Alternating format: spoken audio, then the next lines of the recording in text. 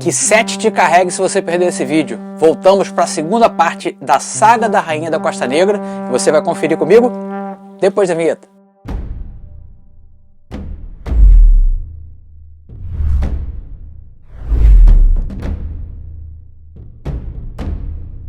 Fala aí, Conan Maníacos de todo o Brasil, bem-vindo de volta ao Museu dos Quadrinhos do curso de desenho Chico HQ. Você sabe que aqui no domingo a gente fala de quadrinho antigo e a gente faz aquele passeio bonito com muitas imagens aí sobre os quadrinhos que a gente comenta. E hoje a gente vai voltar à saga da Rainha da Costa Negra, Belitz, o grande amor, né, da vida do Conan. E eu já vou folhear com vocês e mostrar detalhes das artes e a história daqui a pouquinho, depois desses avisos. Olha só, o curso de desenho continua online e tá com mais horários aí. Agora a gente tem um horário disponível às quartas-feiras à noite. Então, se você tem 2 horinhas por dia disponíveis aí para poder investir num passatempo bacana, relaxante e quem sabe pode até se tornar, por que não, uma profissão para você, então considere estudar desenho com a gente aí do curso de desenho Chico HQ. A gente tem 3 estilos: comics, cartoon e mangá. Aqui na descrição do vídeo eu vou deixar os detalhes e você pode entrar em contato se você tiver alguma dúvida. Nesse videozinho que eu gravei aqui, tem 10 perguntas que as pessoas mais fazem com mais frequência sobre como funciona o curso. Então, se você quiser saber mais detalhes, dá uma olhada nesse vídeo aqui, tá bom? E os meus quadrinhos autorais continuam à venda, você pode comprar eles no site do Salomão Ventura, a descrição está aqui também no vídeo, e você também pode ler de graça lá no site. Eu disponibilizo diversos quadrinhos gratuitamente para você ler e conhecer mais do meu trabalho como quadrinista, beleza? Agora, acabou o disclaimer e vamos embora para falar de Conan. Vocês lembram que eu já gravei a primeira parte do vídeo aqui, as melhores histórias do Conan, falando da Belitz, né, que eu considero assim, o que foi o grande amor da vida do Conan. Esse vídeo fez bastante sucesso, teve um número de visualizações rápido assim para o nosso canal, que é pequenininho, né? Muita gente gostando, comentando, compartilhando e pedindo para eu voltar ao tema. Então o seu pedido é uma ordem, está aqui a segunda parte da saga. Só lembrando que essa saga foi publicada originalmente nos Estados Unidos na revista em formato americano do Conan, em cores, tá? Aqui no Brasil houve uma adaptação para que essas páginas coubessem no formato magazine da Espada Selvagem de Conan. Lembrando que lá nos Estados Unidos essa revista era em preto e branco, aqui no Brasil também. Então eles mexeram um pouquinho, os editores da Abril, para poder caber, mas não perdeu nada em qualidade. A história é realmente muito bacana, conforme eu estou confirmando aí com essa releitura. Então agora eu vou acompanhando aí junto com vocês vão vendo nas imagens e eu vou falando um pouquinho da história e relembrando o que aconteceu no vídeo anterior. Se você quiser, lógico, dar uma rememorada no que passou, é essa cartela aqui, beleza? Vamos lá, vamos ver o que aconteceu com a Belitz. Ela foi sequestrada no finalzinho do último vídeo. Acompanha aí comigo. Bom, então a revista começa com essa capa linda, né? Muito bem pintada aí. Eu não sei se o autor é Romas, eu não conheço. Não é o Earl Norton, que geralmente era o capista, né? O Boris Vallejo, esses caras mais conhecidos. Aí a gente tem na primeira página aí os créditos da história, né, que é o argumento, lembrando sempre, né, Roy Thomas, e desenho do John Buscema, se não me engano, a arte final do Ernie Chan. Essa história que foi publicada originalmente nos Estados Unidos na revista Conan the Barbarian, número 61 de 1976. E a gente tem então aqui outra coisa legal que sempre saía na Espada Selvagem de Conan, e eu achei legal trazer para vocês, é o mapinha da Era Iboriana com todos os países, as regiões, inclusive rotas, mares, tudo aí bem descrito, né, por Robert E. Howard e republicado pela editora Abril. Bom, vamos lá. Na história anterior vocês lembram que a Belitz tinha sido sequestrada por aquele povo crocodilo. Tava todo mundo meio que dormindo após uma festa, meio embebedado. Mesmo resistindo, eles não conseguiram impedir que a Belitz fosse sequestrada. E o Conan, que estava ali, nem estava muito interessado nesses problemas dessa galera. Eles tinham ido lá para negociar marfim com essa tribo, mas aí ele vê que o amor da vida dele até agora, né, tinha sido sequestrado. Ele resolve partir numa missão de busca. Um desses caras dessa tribo de crocodilos ficou ali como prisioneiro e o Conan força ele a levar a equipe do Conan, né, para até encontrar onde que a Belitz foi. Eles passam lá por selva, rios, como vou dizer, é um local onde o Conan não está muito acostumado a atuar. Ele é um cara mais de cidades, montanhas, né, e agora como pirata do mar. Ele bebe aí uma poção para poder enfrentar os perigos, os venenos da selva, né? E nesse caminho ele vai relembrando as mulheres que já passaram pela vida dele ao longo de 2 décadas, né? Na verdade é que o Conan ainda está muito jovem, é um cara com, digamos, 25 anos, por aí. E aí o pensamento dele volta para a Belit, como que ele está realmente mexido com essa mulher. A gente vai ver então a Belit sendo sequestrada, sendo levada por esses caras, e a gente vai descobrir que eles têm tipo um negócio com um tal de Amra. E a gente não sabe ainda quem é esse tal de Amra. A gente vai descobrir isso durante a história, que vai ter uma importância fundamental, inclusive, para a vida do Conan. A Belit, numa distração dos caras, consegue escapar e se esconde na selva. E o Conan, enquanto isso, consegue chegar ao acampamento desses encantadores de crocodilo, né? Ele arma uma arapuca lá, consegue jogar fogo, tacar fogo em todo mundo, inclusive nos crocodilos. Sobra só um desses caras.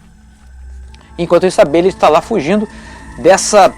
parece uma brabuleta do mal, um bicho assim meio envenenado, um inseto gigante, típico da era eboriana. Mas aí, quando ela acha que está tudo perdido, o bicho vai arrancar a cabeça dela lá com sua armadilha. Chega Amra. Então vocês vão perceber que ele parece... é uma versão do...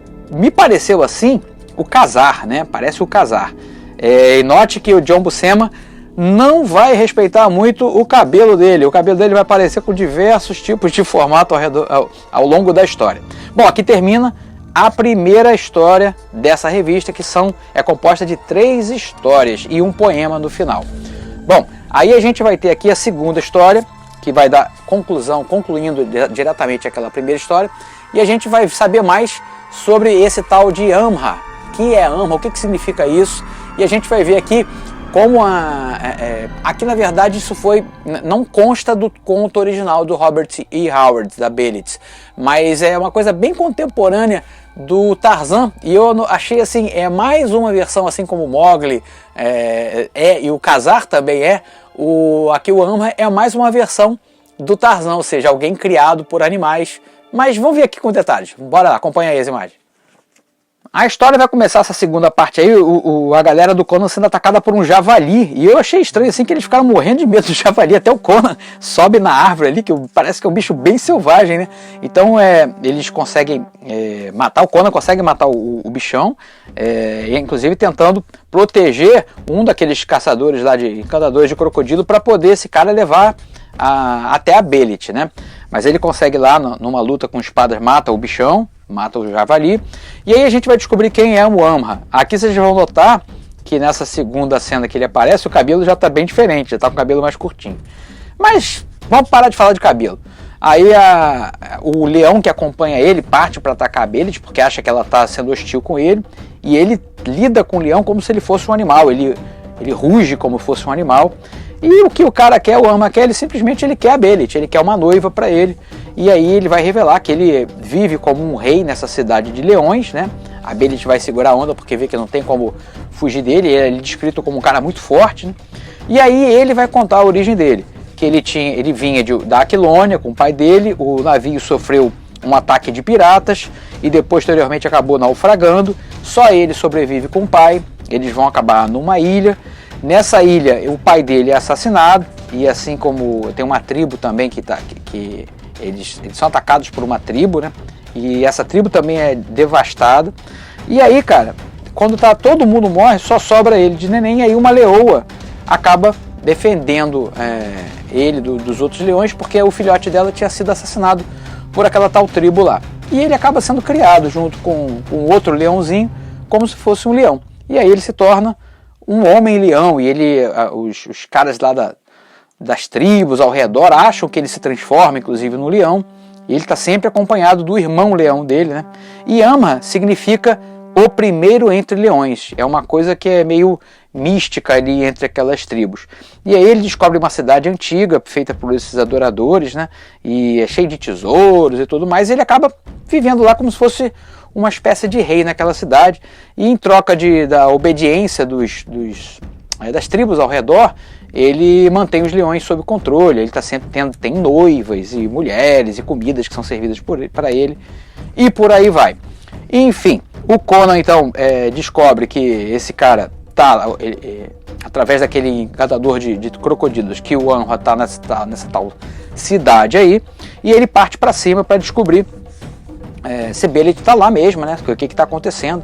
Aí eles chegam lá, a trupe deles chega até esse local, e aí uma das ex-esposa, vamos dizer assim, do Amra se sente enciumada. Isso é uma cena já que está passando lá dentro da cidadela, e quer atacar a Belit, né? E ela se defende, e o Amra manda ela, ganha chão aí, vaza, porque agora eu quero ficar com essa mulher aqui, não quero mais você. Aí ela, cara, enciumada, ela vai embora, né? Aí quando tá fugindo, ela acaba sendo atacada por um tigre, o Conan que salva ela da parada, e ela revela, ó, realmente a mulher tá lá, mas antes de ir embora, eu fiz um feitiço lá do mal e acabei ressuscitando umas criaturas que estavam adormecidas no interior da cidadela. Então, se você quiser salvar ela, corre, porque o bicho vai pegar. Isso ela fala pro Conan. E aí leva a gente para terceira e última história da revista, que a gente vai ver então uma coisa que eu achei bem legal, e eu vou falar por quê mais pra frente. Vamos acompanhar as últimas imagens aí dessa última história dessa revista. Bora lá. Beleza, então eles estão lá, chegaram na cidadela, o objetivo deles está lá de resgatar a deusa, né, a Belit, que é tida como deusa, vocês lembram disso, eu falei no último vídeo. Eles invadem a cidade lá, e o Conan obriga a mulher a ir junto, não, porque você vai junto comigo para dizer onde que ela tá, que eu quero chegar lá rápido. Muito bem, enquanto isso está acontecendo uma cerimônia de casamento entre a Belit e o Amra, e juntos ali os leões, a família dele de leão, né? Só que aí, cara, dá um ruim lá, porque a Belit está tentando fugir, sangra, o pulso dela sangra, forçando as cordas. Um dos leões, vendo o sangue, fica enfurecido, vai, ataca a Belit, e isso obriga o Amra a poder a matar o próprio súdito, o leão, o irmão dele, sei lá o que. Bom, aí ele fica enlouquecido, né, o Amra, parece num frenesi de loucura, de luta. Enquanto isso, o Conan tá chegando lá com a galera, e acontece uma parada. Lembra do feitiço que a mulher fez lá? Ela acaba despertando uns demôniozinhos de 6 braços, tipo uns goblinzinhos, e esses goblins acabam criando um buraco, que a Belit cai ali dentro, e aí o Amra parte para defender ela ali dentro. Ele também tá meio apaixonado pela Belit. Bom, aí lá dentro tá ocorrendo esse combate, o Amra contra aquele monte de duendezinho, e o Conan chega naquele local lá e descobre que o bicho está pegando. Então ele parte para o combate em cima desses gnomos e meio que se alia ao Amra nesse sentido aí de combater esses diabozinhos. A Belit consegue escapar, e ela, de posse de um pedaço de rocha, também entra no combate. No final eles acabam vencendo, os restantes dos gnomozinhos fogem, e aí, cara, que vai acontecer uma coisa que eu acho que eu vi poucas vezes no gibi do Conan. Ele encontra um adversário humano que é tão forte e bom de luta, bom de briga quanto ele. E aí vai ter essa luta de pau para pau aí, de bárbaro contra bárbaro, de uma luta de faca. Ou a gente pensa que tá tudo perdido, que o Conan ele perdeu, porque o cara realmente ele é muito bom de briga, mas no finalzinho se revela que o Conan conseguiu matar, enfiar o punhal nele. E nisso, no item, como um bom filme de aventura B, assim, sessão da tarde, tudo começa a desmoronar e a galera sai correndo, batido. Só que no finalzinho, o leão, que era o irmão dele, o Chulo, o irmão do Amra, chega e faz uma reverência para o Conan, dando a entender que agora ele é o novo Amra, o primeiro entre os leões. E assim termina a última história dessa revista. A gente tem aqui também um poema, depois eu posso até mostrar as imagens, mas não é um poema, não chega a ser uma história, né? É um poema até bonito as ilustrações, mas não influencia diretamente nessa história. Então é assim que o Conan ganha o apelido, mais um dos nomes do Conan, né? Cimério de Bronze, Gigante das Montanhas, enfim, ele ganha esse apelido de Amra, que é o primeiro entre os leões. E durante as histórias da Belit ele vai ser chamado de Amra, ele ganha essa nova alcunha. Bom, e aqui termina então essa edição da Espada Selvagem de Conan, contando mais um pedacinho da história da Belit. Lembrando que essa história é muito longa e eu só vou continuar nela se vocês realmente pedirem que eu trate de todos. Acho que, se não me engano, são 11 edições ou 12 edições da revista. Então foi um ano inteiro de só histórias da Belit e outras histórias encartadas ali, mas basicamente uma grande aventura do Conan, se não me engano a maior de todas, na revista Espada Selvagem de Conan. Mas se vocês quiserem, eu volto e a gente também pode ir intercalando aí com outras histórias do Conan. Nada impede, cara. Conan é um personagem que eu me amarro muito. Bom, eu quero agradecer vocês por ficarem até aqui acompanhando esse vídeo. Lembrando que nossa programação continua firme e forte, tá? Semana que vem a gente vai ter o Museu dos Quadrinhos com A Morte do Super-Homem. Olha que eu já separei para vocês. E não vai ser só o gibi que eu vou ler não, tá? E rememorar as imagens não. A gente vai ver também o kit que a Editora Abril lançou na época, com braçadeira, com a revista original em inglês, com uma revista que fez a cobertura da morte dele lá no universo dele. Um monte de coisinhas que veio. Esse kit eu tenho aqui, vou mostrar para vocês pra gente matar a saudade. E na sexta-feira que vem, na edição de colecionador, olha o que eu separei, gente.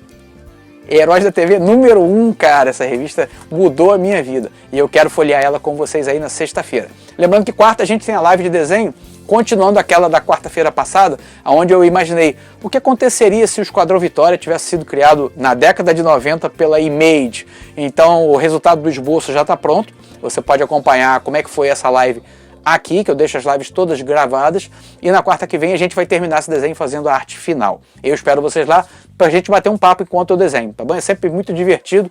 A área de comentários é muito divertida lá nas lives, e eu espero você. Se você ainda não se inscreveu no canal, por favor, faça-o e acione o sininho para você ficar sabendo que eu falo aqui da programação. Você não é obrigado a lembrar de tudo que acontece, né? Mas são 4 vídeos toda semana aqui no canal. Se cuidem, tá? E a gente se vê em breve aqui no canal Gico HQ. Tchau, gente!